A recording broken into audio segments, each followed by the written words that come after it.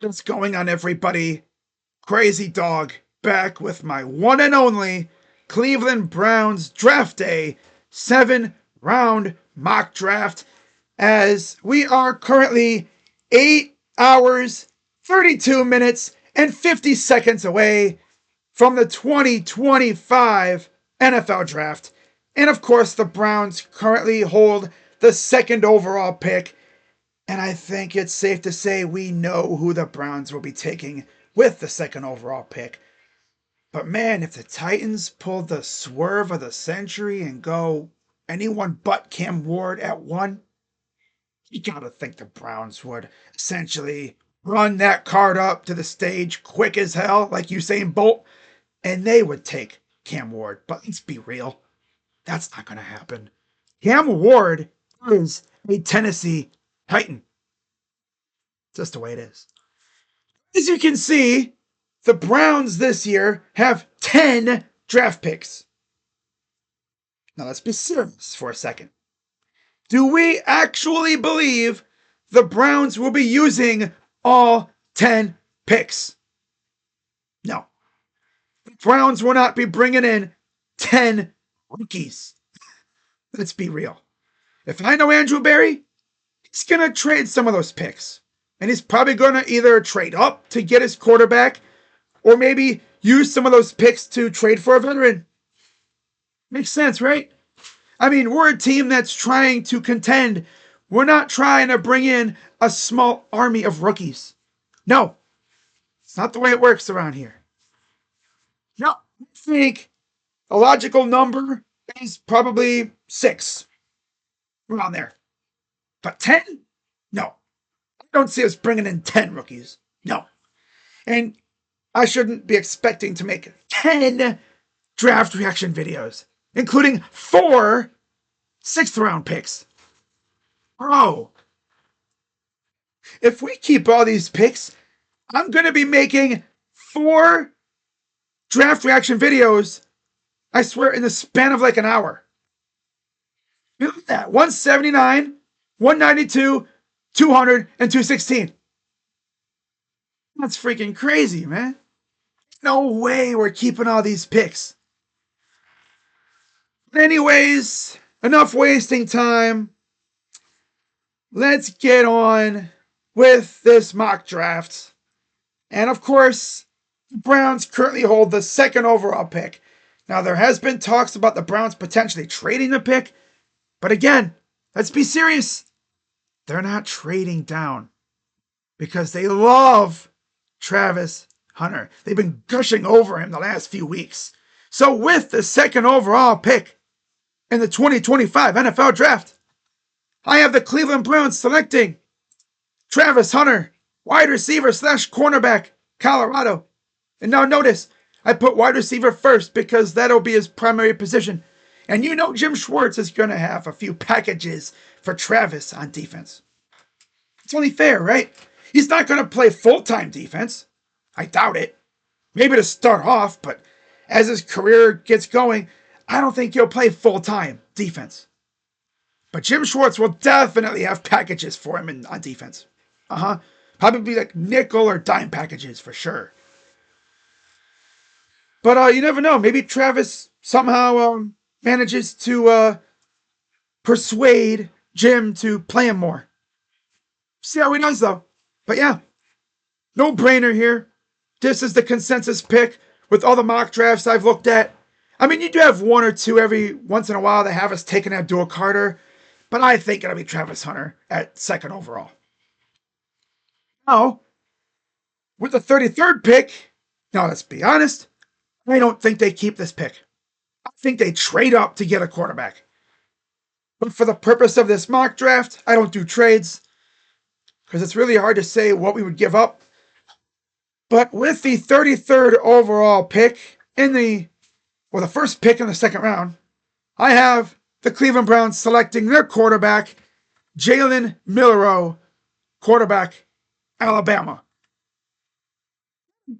Way to start the draft, right? Not bad at all. Now, a lot of people are going to criticize Jalen Milroe, But man, if there's anyone that knows Jalen Milroe, it's Tommy Rees. After all, he coached him at Alabama. He was essentially the OC at Bama when Jalen Milroe was there, before Tommy Rees left, I think, for the NFL. If anyone knows Jalen, it's Tommy Rees. All right, moving on to the third round. 67th overall pick. I have the Cleveland Browns getting a running back in TreVeyon Henderson, running back, Ohio State. You had to go with a Buckeye? Come on now. Come on now.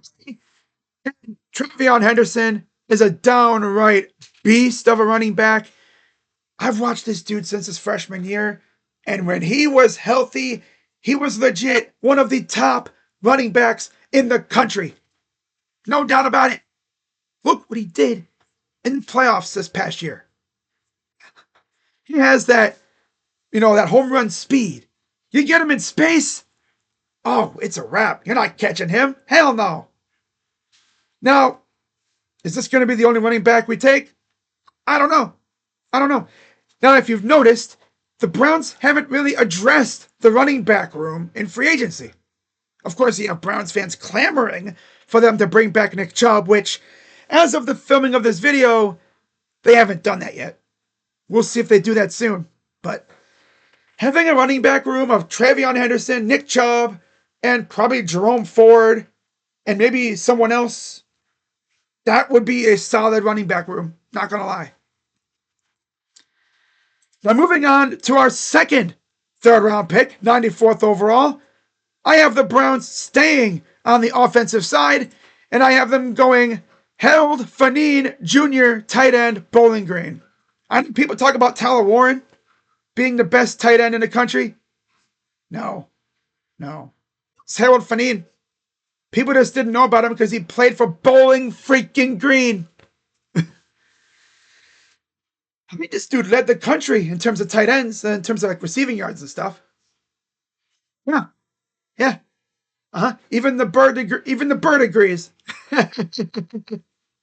The bird says, "Wake up on Harold Fanine, damn it." He's pretty good. And you have him alongside David Njoku. That's a pretty damn good tight end duo right there, for sure. All right, moving on. We go to the fourth round. And again, I have the Browns staying on the offensive side of the ball. This time, I have them going offensive line, getting Cam Williams, tackle out of Texas. And then we go to the sixth round. And if we keep all these picks, I'm going to be one busy Browns video maker on day 3. Again, I don't see us keeping all these picks. Knowing Andrew Berry, he's going to trade at least one of these, maybe 2. But with our first 6th round pick, I have the Browns selecting Jordan Hancock, cornerback, Ohio State. How about that? Doubling down on Buckeyes. And I know damn well Denzel Ward would be barging into Andrew Berry's office saying, "Yo, get my dog, freaking Jordan Hancock, damn it. Get me another Buckeye out here. Sheesh. There's not enough. How do you have a football factory 2 hours down the road and you barely draft Buckeyes?" I mean, we have Michael Hall. We have Jerome Baker now, but we didn't draft him. I wanted him in the draft, but we didn't draft him.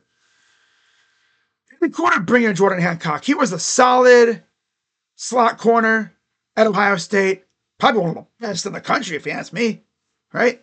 Always making plays, and he was reliable. That's what you need, right? You put him out there with Cam Mitchell in the slot. Maybe occasionally you have him pop out wide when you bring in Travis Hunter. Maybe you put Travis out wide to guard an opposing team's number 2 receiver opposite Denzel. That would be pretty fun. Not going to lie. Now, with our second 6th round pick, I have this will be our third pick of the day, of course, day 3.